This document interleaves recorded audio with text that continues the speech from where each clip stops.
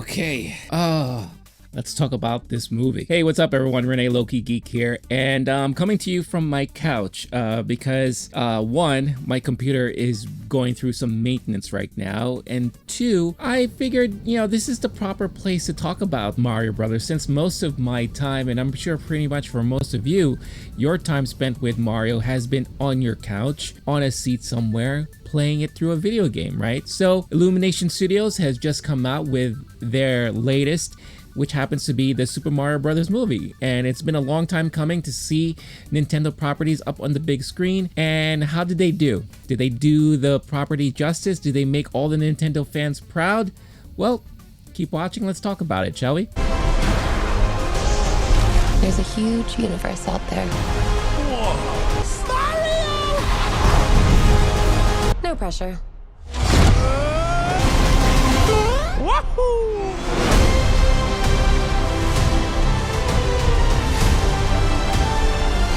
All right, before we talk about the movie, I think we should talk about a little bit about the history of Illumination and how long it's taken for this movie to actually come up on the big screen. Illumination Studios, you should know by now, they've been known for such great hits like Despicable Me, The Minions, Secret Life of Pets. They even did that Grinch movie and all that, so they have a pretty decent track record. And when they teamed up with Nintendo, specifically Shigeru Miyamoto, who was the creator of Mario Brothers and pretty much the god of Nintendo and all that, they collaborated. And if you go back, they met for the first time to discuss about this film back in 2016. By 2018, that's when they finally agreed to go into production. That's when they made the announcements of that they're collaborating. And then by 2020, that's when everything was starting to go into full motion. So it's taken quite a long time for this movie to finally make it to the big screen.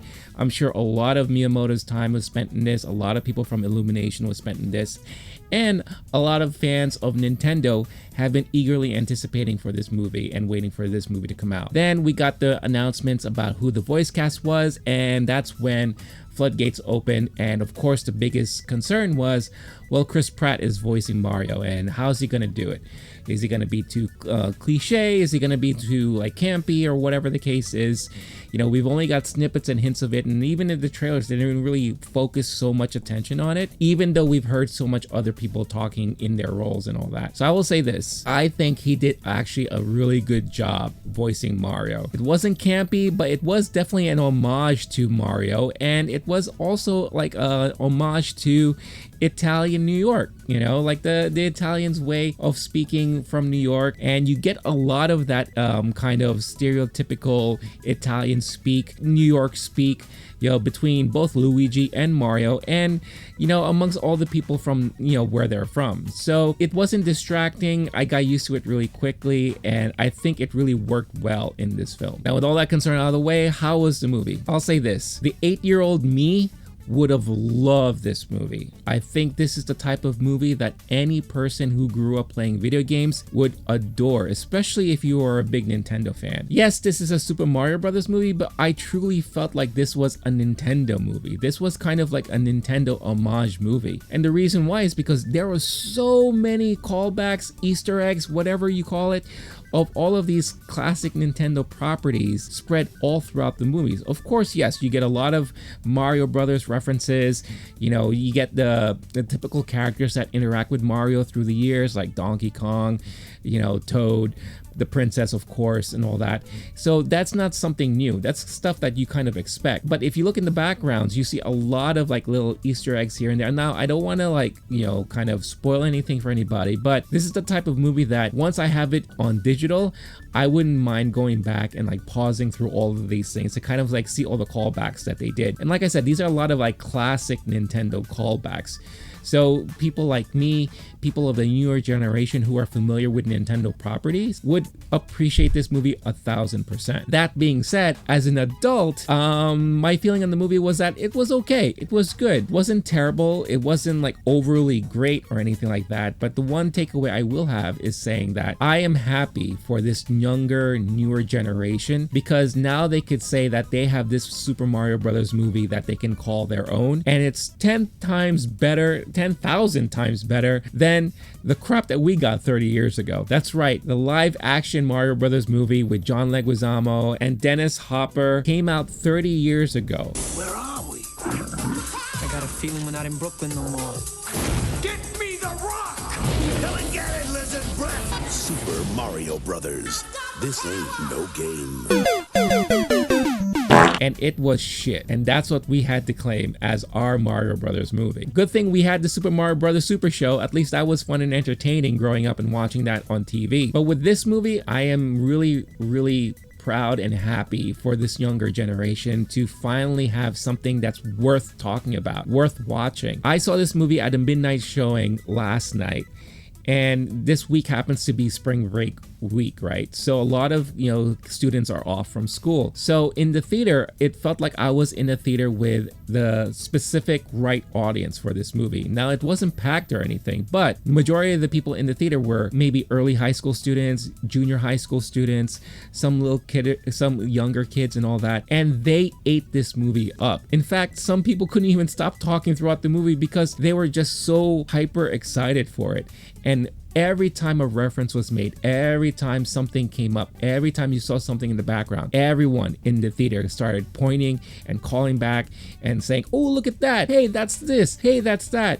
And that's why they made this movie.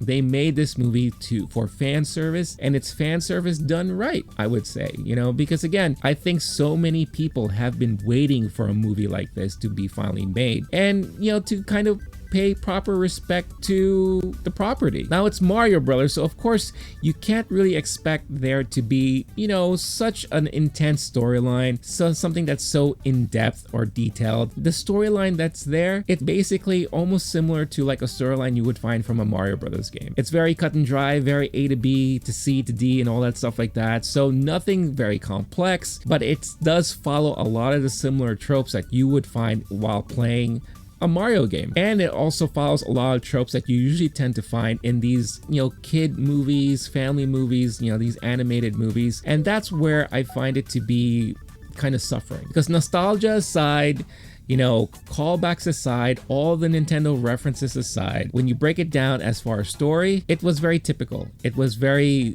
paint by the numbers and all that. And for what it's worth, it was okay. It was fine. I didn't have so much of a problem with it. I found myself chuckling and enjoying things as they happened, but I could see why a lot of people would have problems and issues with that. Maybe they're expecting a little bit more. Maybe, I don't know, maybe they're putting this at such a higher level or pedestal that their expectations are way overblown. Going into a movie like this, the one thing that you should be expecting is, are you going to have a good time? Are you going to enjoy the references that you believe and deserve are needed to be made? And do you believe that these are the characters that you grew up with, playing on screen, playing on your little handheld devices like Game Boys and all that stuff? Are these the same characters that you're watching in the adventure that they're putting forth in front of you? And for that, I would say absolutely. I mentioned Chris Pratt, and his voice acting. I thought he did a really good job there. The entire cast was brilliant all throughout. Charlie Day was great as Luigi, and he played Luigi kind of perfectly. The Luigi that we kind of expect Luigi to be.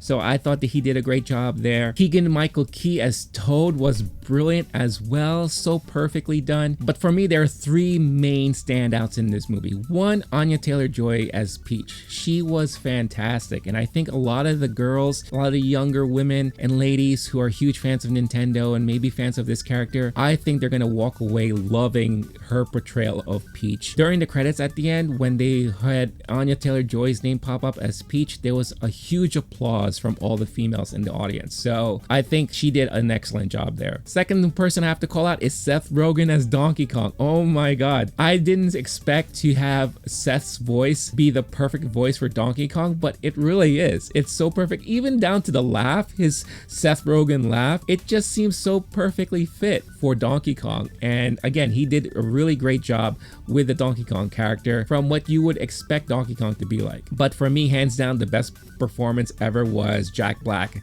as Bowser. Oh my god. He is the pure standout. He does things that only Jack Black can do, and they let him, almost as if they gave him free will to play the character as he saw fit, and he did such a great job. Bowser becomes a villain that you end up loving and you want to see more of. And at certain points, you are kind of rooting for him, which is not very similar to what you see in the video games and all that. So I was extremely thrilled of how everyone portrayed their characters. But for Jack Black specifically, if you're a fan of Jack Black, especially like, you know, his musical talents, then you're definitely going to appreciate a lot of the stuff that he does here in this movie. There's also one other character that I don't want to spoil, is by far the standout character in this movie. All I'm going to say is that this character is blue, and the minute you see this character and hear this character speak, you may fall in love with it as well. If you've seen the movie, let me know in the comments. You know exactly what I'm talking about. Now that this movie is out, and you know, I'm sure it's going to do gangbusters at the box office. Again, like I said, here in North America, in the United States, this is spring break week.